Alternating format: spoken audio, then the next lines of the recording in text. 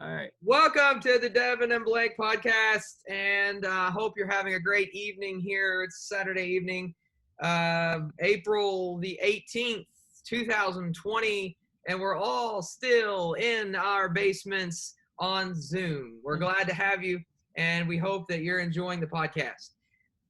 Today on the show, of course, we have a special guest, and his name is Tim Saylor. Tim, wave at everybody and say hello. Hello. He is a real estate agent and a former pastor, and of course, as always, my partner in crime, Blake Robertson's over there. And Blake, you can say hi. And now the intros have gone on too long. So let's go right to our meme of the week. And each of us, once again, have submitted a meme of the week, which I'm excited about. And so we will go, we'll start out with, who are we going to start out? We're going to start out with Tim's, okay? And Tim submitted this for us. I got to do our intro. There we go. Meme. Blake, why don't you say something interesting during this? Of the week, I don't have anything interesting really about memes. Okay. Tim's is funny. I've been seeing this floating around. I love this one. The social distancing baptistry, a.k.a. the dunking booth. If you've ever, Blake claims to be a great baseball player. Did you know that, Tim? No, I did not know that. Learned something new. I'm sorry. I'm surprised he hasn't already mentioned that to you, frankly. Let's go on to Blake. Let's go on to Blake's meme of the week. When that first cup of coffee touches your soul. Yeah, this is every morning for me. I know. I have a particular hatred toward monkeys, but this actually made me laugh a little bit when I saw the monkey. I was like, that's the right face for when the coffee hits the spot. I get it. Okay, and so here's mine. Me and my friend solving little problems. And this is the extent of me and my friend solving little problems. It's basically overreaction is what that's showing. A little bit. Yeah, a little bit. Yeah, a little. That's right. That's right. Just a little bit. Just a little bit. Okay, let's go on to our Today in History. And I put the right date today, which is it's quite a treat for those of you at home who have been watching. Because you know that I haven't been doing that previously. And this day in history, I picked up three. I didn't know which one to use. So this day in history, the celebrated physicist Albert Einstein died today at the age of 76. I already brought up baseball once. That was a timely plug because in 1923, the first baseball game was played at Yankee Stadium today in New York City. It was the Yankees versus the Boston Red Sox, and they beat them 4-1. Mm-hmm. And finally, a shout out to the Conan O'Brien, who was born today in 1963. And of course, he's a famous television personality who's hosted many different shows and one of the many people who got booted from the Tonight Show. Okay. I love Blake's reaction. He's like, yeah, that's true. I'm sure he loves to talk about that too. So let's go on to Tim from there. And Tim, why don't you introduce yourself a little bit better than we did this morning? Tell us a little bit about yourself, and then we'll launch into a question for you regarding what you do. Okay. First of all, I was a senior pastor at church in Lexington for 10 years, went back and had an opportunity to actually go back and do the interim pastor for 1 year. So very exciting time in the ministry. I'm more of an evangelist, like to travel around, preach revivals, reach out to people, and that's kind of my background in ministry. The other part is I am a licensed real estate agent in the state of Kentucky. And as a licensed real estate agent, I work for EXP Realty, LLC. And so that's basically the nuts and bolts. Gotcha.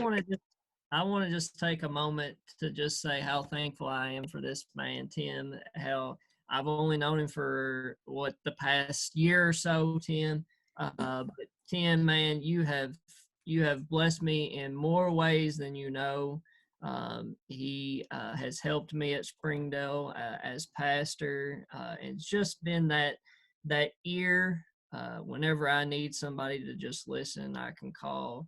Tim's always right there to just listen to me and give me some really solid advice. So, Tim, I really appreciate you and all that you're doing in your ministry as well. I appreciate you too, brother. That was really, really sweet. Tim, if you would talk to us a little bit about the real estate market. Tell us during this time, should I sell my house now or wait till after the disease is curbed? Well, I will tell you that at the end of the day, right now, we are basically still pretty busy, still showing houses like we normally would, but definitely COVID-19 has actually affected the real estate industry and has affected it in some ways. Just to give you some examples, when we schedule an appointment or we talk with the client, we're going to meet with them or we're going to show them a house. First of all, we check with them to make sure whether they're currently running a fever or they have somebody that's running a fever. That's one thing. We also make sure that we're practicing the social distance rule of staying 6 feet away, which is very important during this time. We're wearing latex gloves, the latex-free gloves, trying to limit the amount of things that we touch when we're in people's houses. Again, we're just trying to make sure that we're doing the right things. We're wearing masks that has been recommended by the CDC as much as possible. And the other thing, if we can find it, we're making sure that we carry a ton of hand sanitizer around with us so we can actually wash our hands in and out of the house. And then the last thing that we make sure of is we're carrying wipes with us. We're wiping down the door handles that we touch. We're wiping down things inside the houses that we touch while we're doing a tour of the house. So we're just trying to be responsible during this pandemic to make sure that not only are we showing the houses, but we're doing it the right way. And we're just thankful that we're considered an essential business during this difficult time. I thought when you said we're trying really hard to carry, I thought you were going to say toilet paper. I swear, I was like, if you say toilet paper, I'm hanging up on this guy and we're finishing. Yeah. Well, at the end of the day, we can't find that when we go out in the stores. So you can't carry it. Can't carry what you don't have. Have you stolen any from some of the houses you've shown? Be honest. Absolutely not. So you said that real estate is actually considered still an essential business. All right. So you're still selling homes and closing on homes and showing homes just like normal. Absolutely. Got one closing coming up in next 10 days, another closing coming up 1st of May, and showing probably 2 to 3 days a week right now. Wow. I want to say, me being the PBA, I'm connected to real estate and know real estate fairly well. But it's always, for me as the PBA, we see the deeds come in. And so we're always a month to 2 or 3 months behind what the market is really fluctuating or doing. What do you see the market staying steady or declining or? Well, what I see from a personal perspective is I'm flat with the number of houses that I sold through the same time last year, up in dollars because I sold houses that were a little more value this year versus last year. And as a whole, I see a lot more houses that are starting to feel comfortable enough to start coming on the market where we could actually show those. Gotcha. Okay. Very good. Very good. And very interesting because you have to take precautions when you go out and make sure that you're not exposing anybody else to the virus in case you're a carrier and don't know it and that sort of thing. But I mean, it fascinates me that you can carry on like you are, and even me, I'm getting working on houses that are being sold here in Frankfurt. I know you work in Lexington, and it seems like the housing market is just moving on even in the midst of everything else being so slow and shut down and all that. Yeah, absolutely.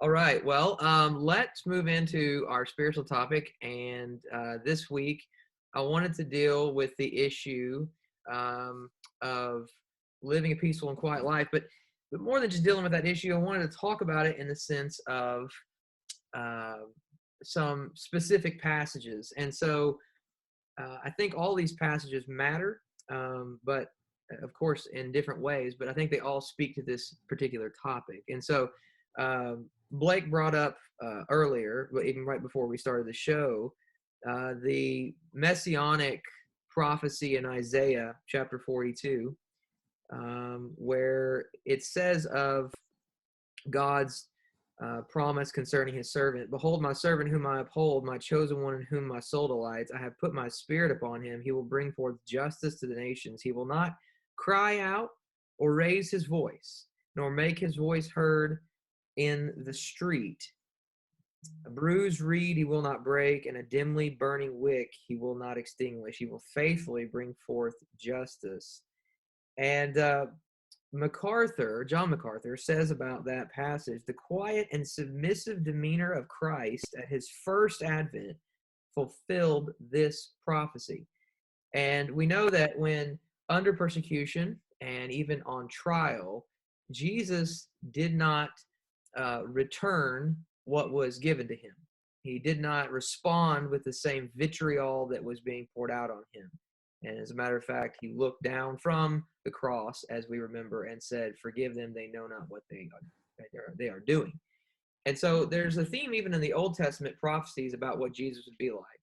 And then there's the theme of the way Jesus was, even in his earthly ministry, that continues all the way on to 1 Thessalonians chapter 4, where the instruction for us, specifically over in verses 9 through 12, is about having an orderly life, but specifically in verses, the end of verse 10 through verse 11, "We urge you, brethren, to excel still more and to make it your ambition to lead a quiet life and attend to your own business and work with your hands, just as we commanded you, so that you will behave properly toward outsiders and not be in any need."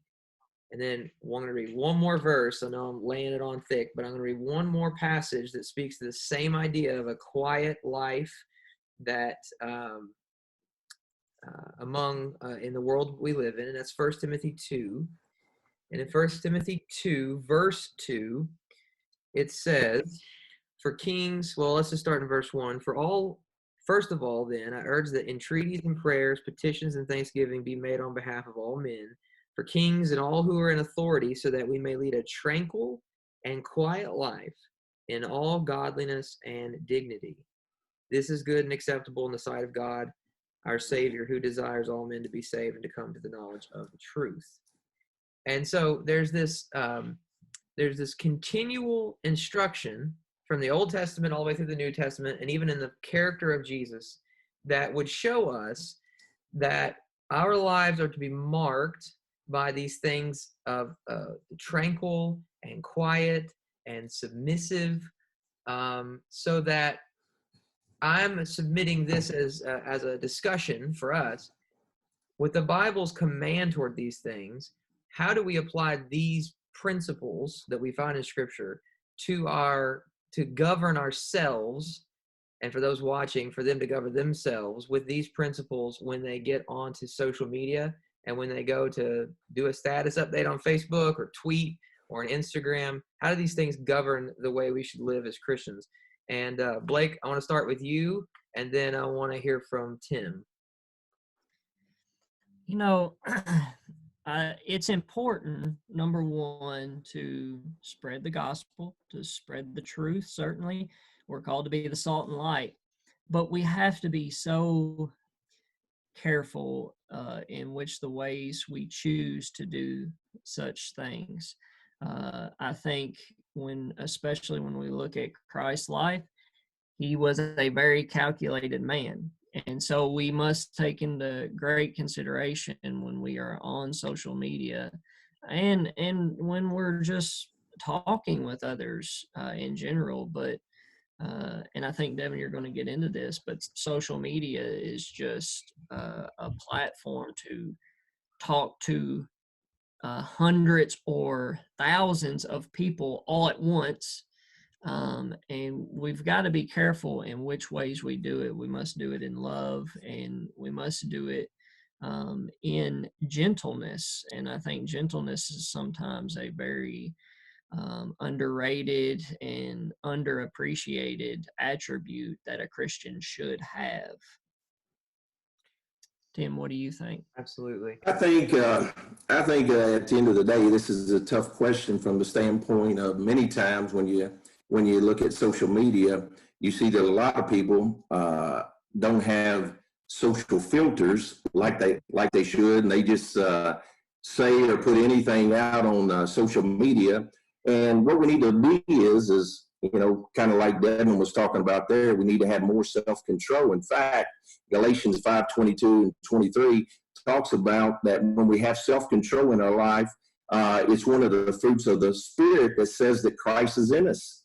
And I look at it and try to put the positive things out there. I think about Zig Ziglar and John Maxwell and the quotes that they put out, and just positive things that apply to folks' daily life is the things that I really try to put out. And we got to remember that as believers, everybody's watching what we put out on our social media and what it really says about us. And the fact of the matter is, there's more bad news than there is good news if you really stop and look at social media in its entirety. The other thing that I notice about social media is we have a tendency to really put our politics out there, but we never put our faith out there and what Jesus really means to us. And so I come to this central theme here is when it's all said and done and people look back on the history of what we put out on social media, what's it going to say about us as an individual? I think that's helpful. I would say a very important governing principle for all of us would be out of the overflow of the heart, the fingers tweet. You know what I mean? Yeah, absolutely. Out of the overflow of the heart is what you are putting forth. Now, Jerry Seinfeld, I like to quote this often when I'm talking to people. Jerry Seinfeld once said, when I was a kid, Jerry Seinfeld, the comedian, said when he was a kid, he would walk down the street, and if there was a person on the street corner that was yelling out into public that they had just ate a cookie, that everyone knew that person was crazy. And you would just sort of avoid that person. Like that's a crazy person. And he said, now with social media, it's basically that everyone has their own street corner. So that now when everyone can yell out on the street corner that they ate a cookie and liked it, and we don't think anything about it. And of course, he says that in a way that he's trying to be humorous, because the idea of everybody being crazy is the sort of hidden punchline there. But there's a truth to that, because social media allows us instant access to public that that individuals have never had like this throughout history. Instant access to public. And of course, we like to say that it's just our friends or followers or whatever. But in truth, and I say this completely aware that people are watching this on Facebook. So, we don't want to be total hypocrites here. But never before in history have individuals had instant access to public ears and attention. And so we have to be very precise and very careful and very discerning when it comes to what we're going to say for all the public to hear. And I think, Tim, that you're correct. If we're going to say anything in public and we're going to put something out there, what do you want people to go back through your feed one day and notice? How much you didn't or did like politicians or policy, or how much you wanted to see people come to Christ? And Amen. There'll be a big difference between that when people look back through your feed. And shamefully, that's not been the case for my own social media feed from the time I signed up, whenever that was. I don't even remember now, but I wish it had been. Well, I think we can all get caught up. We do it in everyday life. We get caught up in ourselves and in our own, I don't want to say quirks, but just what we think is important. And we sometimes go overboard with that idea and with those thoughts in our heads. And like you say, from, the heart, the fingers tweet. And we don't think sometimes before we type out and click send or click post or click whatever it might be. And I think sometimes we can, as we do regret some of the words that come out of our mouth, we regret some stuff that publicly we post. So those are good principles. I have and sort of looking a little bit deeper into 1 Timothy 2:2, I found another sort of, I think, what is a guiding principle within the text. And so I read it already, 1 Timothy 2:2, but when he says specifically that you may lead a tranquil and quiet life, a little bit of a word study there would show that tranquil is indicating the absence of internal disturbances, whereas quiet, the word used for that, is really more of the absence of external disturbances. And so I think another guiding principle in that particular passage could be, if you're going to disturb the public, what are you going to disturb them with? Something eternal or something temporal? And even though we might think certain things that matter a whole bunch to us are eternal, in truth, a lot of the things that we feel like matter a whole bunch to us are not actually eternal. And so we have to think about the idea of internal versus external disturbances and what are we causing when we tweet. And then right below it, godliness and dignity. Godliness, a proper attitude and conduct before God, versus dignity, which is more of a translated moral earnestness, really holy behavior before men. And so, if we have the right relationship with God through Christ, and we're seeking to be in right relationship with men, that should also govern the things that we say and tweet and post about online as well. You guys comment on that? go ahead, Tim. Well, absolutely. I mean, I go back to earlier that everything that we do, especially as a Christian, we're under a microscope. And so we need to examine every single thing that we do. And if it's going to have an impact on somebody's life, what kind of impact do we want to make on somebody's life? And the other question becomes not only what kind of impact, but what kind of eternal value is being placed on what we do. Amen. And I think that the theme that we're bringing together really is the idea of others, thinking of others before ourselves posting, right? Not how can we express how we feel the most, but when we post, how will this better enhance the lives of others? It's that Philippians 2 idea of serving others before yourself and putting others above yourself. And so we're not just trying to express our most inward thoughts, but we're trying to impact those that are going to hear what we say. Do you agree? Amen. Absolutely good stuff. Yep. So then we apply the verse, 1 Peter 2:12, about living such good lives among the pagans, that though they may accuse us of doing wrong, they may accuse us of external disturbances, they may accuse us of all kinds of things, but in truth, if they watch the conduct of our lives, the conduct of our lives should be that they ultimately see our good deeds and glorify God, because Amen. Our greatest efforts are to see them come to Christ. And you know what? I know both of you personally and me as well we've all lived that passage right there out. Well, I hope to. I want people not to be frustrated with me, but with Jesus, if you will. I'm frustrating, believe me. And I try to get Devin out of the way as much as possible. But that's often difficult. Okay, any final thoughts on this stuff before we put Tim on the hot seat?